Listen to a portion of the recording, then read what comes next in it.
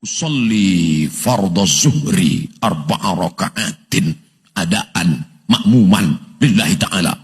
Allahu Akbar. Sebetulnya niat itu berbunyi bersuara atau tidak?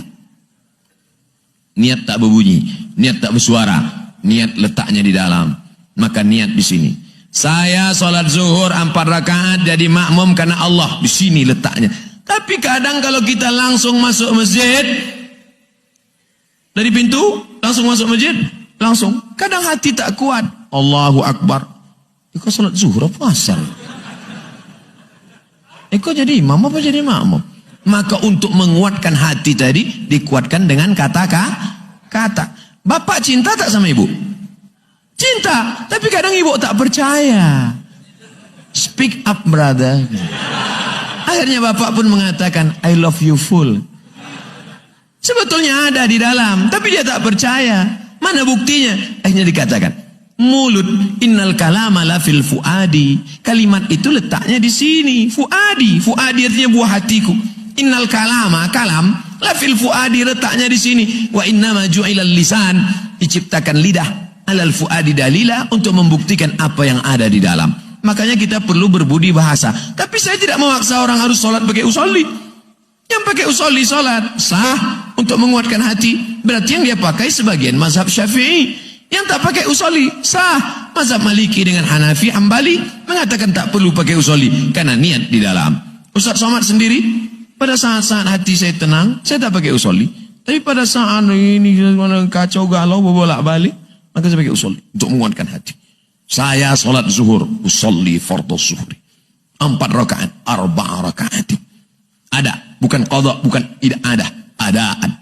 Jadi makmuman lillahi ta'ala. Supaya jangan berkata-kata. Di mana sebetulnya niat putusan? Dalam hati. Niat itu sebelum takbir, di dalam takbir, atau setelah takbir. Mazhab Syafi'i niatnya di dalam takbir. Dari A sampai bar. Allahu Akbar. Di situ letak niat. Allahu Akbar. Di situ letak niat. Tapi kalau mazhab Hambali tidak. Mazhab Hambali niatnya sebelum takbir. Makanya di Makkah, Madinah, mazhab Hambali takbirnya pendek. Allahu Akbar. Tapi bagi orang yang di Indonesia bermazhab Syafi'i panjang. Allahu Akbar. Karena di dalam itu dia pasang niat. Bapak sholat niatnya di dalam takbir atau sebelum takbir? Jangan-jangan tak berniat. Yang berniat sebelum takbir sah.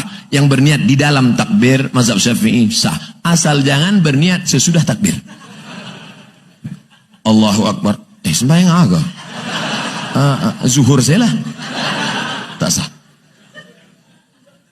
Jadi jangan memandang satu masalah sehingga kita menyalah-nyalahkan yang mestinya tidak salah. Disitulah letak permasalahannya.